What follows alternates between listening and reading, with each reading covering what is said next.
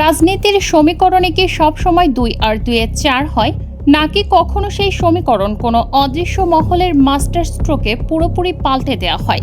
দক্ষিণ এশিয়ার ভূরাজনীতিতে ঠিক তেমনই এক নিঃশব্দ কিন্তু বিধ্বংসী পট পরিবর্তন ঘটতে চলেছে, যার কেন্দ্রবিন্দুতে রয়েছে ঢাকা, বেজিং আর দিল্লি।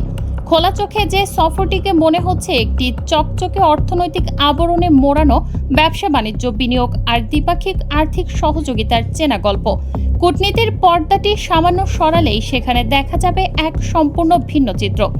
একবিংশ শতাব্দীর এই নতুন ভূরাজনৈতিক দাবা খেলায় এমন এক চাল দেওয়া হয়েছে যা পুরো অঞ্চলের ক্ষমতার ভারসাম্যকে চিরতরে ওলটপালট করে দিতে পারে। বেইজিংয়ের মাটিতে যখন বাংলাদেশের শীর্ষ নেতৃত্বের চাকা স্পর্শ করল, ঠিক তখনই দিল্লির সাউথ ব্লকের নীতি নির্ধারকদের কপালে চিন্তার ভাঁজ গভীর হতে শুরু করেছে। দীর্ঘ ১.৫ দশকের চেনা সমীকরণ কি তবে এক লহমায় ধূলিসাৎ হতে চলেছে? আমেরিকার পেন্টাগন থেকে শুরু করে ভারতের সাউথ ব্লক, সবার নজর এখন এই একটি সফরের দিকে। কারণ এটি কেবল কোনো সাধারণ দ্বিপাক্ষিক আলোচনা নয়, বরং পর্দার আড়ালে তৈরি হওয়া এক নতুন প্রতিরক্ষার সমীকরণ, যা তলে তলে ঢাকা ও বেইজিংয়ের সামরিক সম্পর্ককে এমন এক উচ্চতায় নিয়ে যাচ্ছে যা পুরো দক্ষিণ এশিয়ার ভূরাজনীতিতে এক বড় ধরনের ভূকম্পন তৈরি করতে বাধ্য। কিন্তু এখানেই শেষ নয়। এই সফরের সবচেয়ে বড় এবং নাটকীয় চমকটি লুকিয়ে আছে মাটির অনেক উপরে, অসীম আকাশে। বাংলাদেশ বিমান বাহিনীকে সম্পূর্ণ নতুন রূপ দিতে এবং দেশের আকাশসীমাকে এক দুর্ভেদ্য দুর্গে পরিণত করতে বেজিংয়ের সাথে এক ঐতিহাসিক চুক্তি চূড়ান্ত করার শেষ ধাপে রয়েছে ঢাকা। বেজিংয়ের তৈরি ২০টি অত্যাধুনিক জেট-এন সেই মাল্টি রোল ফাইটার জেট কেনার জন্য এক বিশাল প্রতিরক্ষা চুক্তি এখন স্রেফ সময়ের ব্যাপার মাত্র। টাকার অঙ্কে এই চুক্তির আকার শুনলে যে কারো চোখ কপালে উঠবে। প্রায় ২৬,৪০০ কোটি টাকার এক অতি বৃহৎ সামরিক চুক্তি। প্রতিটি যুদ্ধ বিমানের পেছনে খরচ ধরা হয়েছে প্রায় ৭২০ কোটি টাকা, যার মানে দাঁড়ায় কেবল ২০টি যুদ্ধ বিমানের মূল বহরের পেছনেই ব্যয় হচ্ছে ১৪,৪০০ কোটি টাকা। আর ঠিক সেখানেই দেখা দেয় নতুন প্রশ্ন, বাকি প্রায় ১২,০০০ কোটি টাকা তবে কোথায় যাচ্ছে?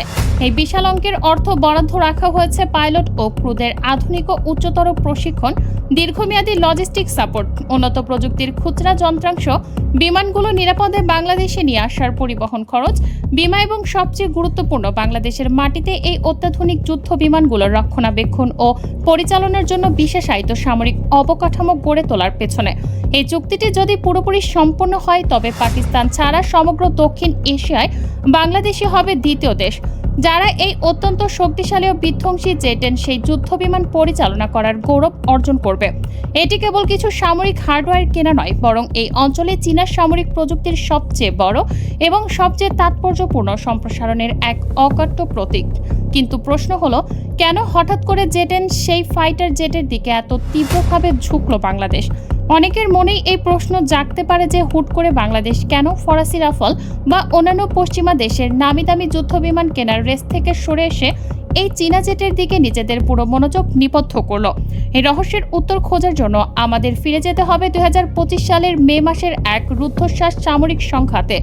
ভারত ও পাকিস্তানের মধ্যে ঘটে যাওয়া সেই আকস্মিক সীমান্ত সংঘাত ঢাকার সামরিক পরিকল্পনাকারীদের চোখ পুরোপুরি খুলে দিয়েছিল।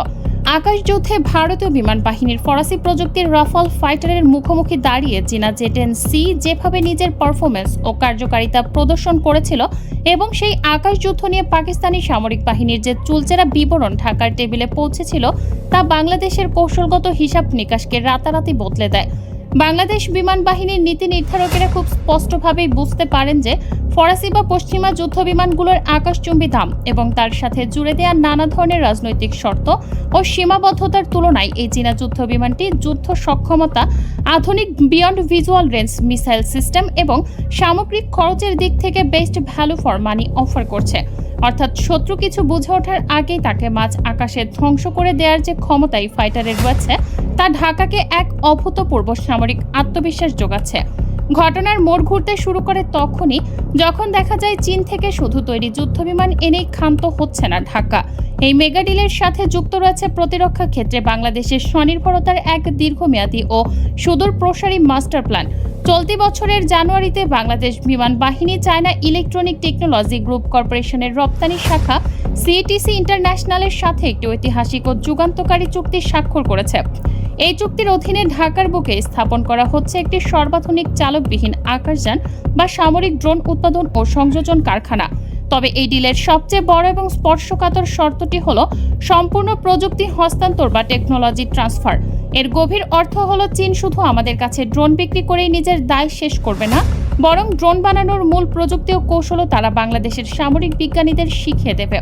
আজ পর্যন্ত বাংলাদেশের ইতিহাসে চীনা সামরিক প্রযুক্তির এটাই সবচেয়ে বড় এবং অভূতপূর্ব হস্তান্তর। এর ফলে অদূর ভবিষ্যতে বাংলাদেশ নিজের মাটিতেই সম্পূর্ণ নিজস্ব প্রযুক্তিতে সামরিক ও নজরদারি ড্রোন তৈরি করতে সক্ষম হবে, যা দেশের সীমান্ত বিশাল সমুদ্র সীমা রক্ষায় এক বৈপ্লবিক এবং যুগান্তকারী পরিবর্তন নিয়ে আসবে। পর্দার আড়ালে চলছিল ভিন্ন এক হিসাব, যা কেবল আকাশেই সীমাবদ্ধ নয়, বরং তা সরাসরি আঘাত করেছে মাটির বুকেও। দীর্ঘ 15 বছর ধরে তিস্তা নদীর পানি আটকে রেখে প্রতিবেশী দেশ ভারত যে একচেটিয়া আধিপত্য ও রাজনৈতিক দাদাগিরি দেখিয়ে এসেছে, বর্ষাকালে গজলডোবা বাঁধের সব গেট খুলে দিয়ে বাংলাদেশের উত্তরবঙ্গকে বন্যায় ভাসানো আর শুষ্ক মৌসুমে পানি আটকে রেখে বিঘার পর বিঘা ফসলি জমিকে মরুভূমি বানানোর যে চেনা খেলা, বর্তমান প্রশাসন এবার তার এক চূড়ান্ত স্থায়ী জবাব দিতে মাঠে নেমেছে। দীর্ঘদিনের বঞ্চনার সেই চরম বদলা নিতে গিয়ে প্রায় $285 কোটি বা $2.8 বিলিয়ন ব্যয়ের তিস্তা নদী ব্যবস্থাপনা মেগা প্রজেক্টে সরাসরি চীনা সরকারের এন্ট্রি দিল্লির সাউথ ব্লকের রীতিমতো এক তীব্র কম্পন তৈরি করেছে। এই চীনা মেগা প্রজেক্টের আসল গেম প্ল্যানটি এতই চতুর যে তা ভারতের সামরিক নীতি নির্ধারকদের রাতের ঘুম হারাম করে দেওয়ার জন্য যথেষ্ট। এই প্রজেক্টটি যদি পূর্ণাঙ্গভাবে বাস্তবায়িত হয়, তবে মাত্র 13 থেকে 14 মাইল চওড়া ভারতের সবচেয়ে সংবেদনশীল সামরিক অঞ্চল শিলিগুড়ি করিডোর, যাকে বলা হয় চিকেন স্নেক, তা সরাসরি চীনের অত্যাধুনিক নজরদারি ও তীক্ষ্ণ নিয়ন্ত্রণের আওতায় চলে আসবে। ভারতের মূল ভূখণ্ডের সঙ্গে তাদের উত্তর পূর্বাঞ্চলীয় 7টি রাজ্য বা 7 সিস্টার্স এর যোগাযোগের একমাত্র লাইফলাইন হলো এই অতি সরু করিডোরটি।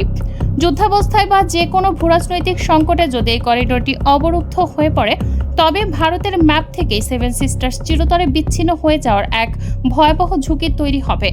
এতদিন ভারতকে নাকে দড়ি দিয়ে ঘোরানোর মতো বা তাদের এই দুর্বল জায়গায় চাপ দেওয়ার মতো কেউ ছিল না, কিন্তু এবার তিস্তার মাটিতেই দিল্লির সবচেয়ে বড় গলার কাটা হয়ে দাঁড়িয়েছে স্বয়ং বেজিং। সাউথ ব্লকের এখন এক নাজেহাল অবস্থা, কারণ প্রবল আন্তর্জাতিক ও আঞ্চলিক রক্তচক্ষু উপেক্ষা করে ঢাকা যদি সামনে এগিয়ে যায়, তবে তা সামাল দেওয়ার বা ঠেকানোর মতো কূটনৈতিক ও সামরিক ক্ষমতা মোদী প্রশাসনের এই মুহূর্তে একদম অবশিষ্ট নেই। কিন্তু এখানেই শেষ নয়। আকাশ আর মাটির এই দ্বিমুখী আক্রমণের পর ক্ষমতার এই নতুন চাল এবার আঘাত এনেছে শিক্ষার ময়দানেও, যা দিল্লির মনস্তাত্ত্বিক ভিত্তিকে নাড়িয়ে দিয়েছে। অতীতে যে কোনো নতুন সরকার ক্ষমতায় আসার পর প্রথম বিদেশ সফরে দিল্লির দরবারে হাজিরা দেওয়ার যে অঘোষিত ও দাসত্বমূলক প্রথা ছিল, তাকে বুড়ো আঙুল দেখিয়ে হিসেবের খাতা পুরো পাল্টে দেওয়া হয়েছে। পাকিস্তানের পররাষ্ট্রমন্ত্রীর ঢাকা সফর এবং দেশটির জাতীয় সংসদে বাংলাদেশের শিক্ষা বিষয়ক প্রতিনিধিকে সম্মান জানানো দাঁড়িয়ে তা দিল্লির রাজনৈতিক অলিন্দে দাউ দাউ করে আগুন ধরিয়ে দিয়েছে। তবে সবচেয়ে বড় বাজিমাতটি হচ্ছে চিকিৎসা বিজ্ঞান প্রকৌশল ও উচ্চ প্রযুক্তির ক্ষেত্রে বাংলাদেশি মেধাবী শিক্ষার্থীদের জন্য পাকিস্তানের শীর্ষ বিশ্বমানের বিশ্ববিদ্যালয়গুলোতে শতভাগ ফ্রি স্কলারশিপের এক মেগা ঘোষণা দেওয়া হয়েছে। অতীতের তিক্ততার ছাইপাশ ভুলে নতুন প্রজন্মের এই বিশাল ও অবারিত সুযোগ লুফে নেওয়া দিল্লির জন্য এক চরম শিক্ষা। ভূরাজনীতির এই রুদ্ধশ্বাস দাবার খেলায় শেষ চালটি কার হবে? আপনার মতামত কমেন্টে জানান এবং সত্যের সন্ধানে আমাদের চ্যানেলটি এখনই সাবস্ক্রাইব করে রাখুন।